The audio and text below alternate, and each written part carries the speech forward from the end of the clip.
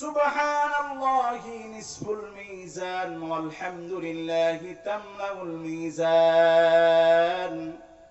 ولا إله إلا الله تملأ ما بين السماء والأرض বলেন আল্লাহু আকবার। আল্লাহর রাসূল মুহাম্মদুর রাসূলুল্লাহ সাল্লাল্লাহু আলাইহি ওয়াসাল্লাম রাহমাতুল লিল আলামিন বলেন, আমার কোন উম্মত যদি মাহফিলের ময়দানে বসে যায়,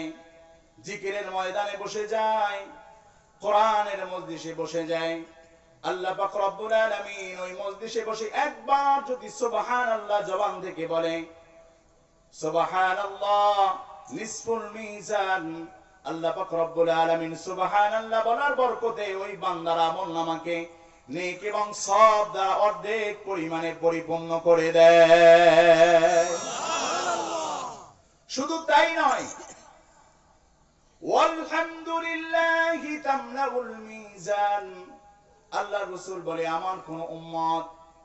আল্লাহ পাক রব্বুল আলামিনের প্রশংসা আদায় করার জন্য, তার প্রশংসা স্বীকার করার জন্য,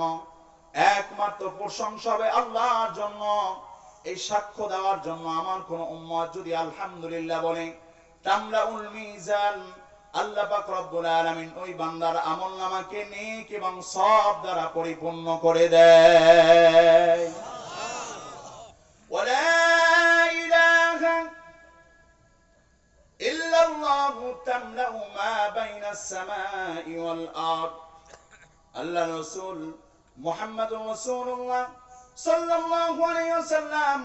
রাহমাতুল লিল আলামিন বলেন, আমার কোন উম্মত যদি আল্লাহর বরত্ব বর্ণনা করার জন্য, আল্লাহর মহত্ব বর্ণনা করার জন্য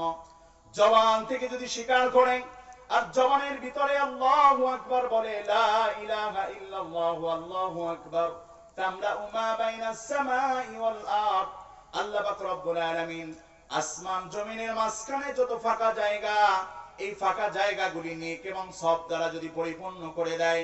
এই পরিমাণে সওয়াব আর নেকি আল্লাহ বান্দার আমলনামায় জমা করে দেয়। সুবহানাল্লাহ বললে লাভ আছে না নাই?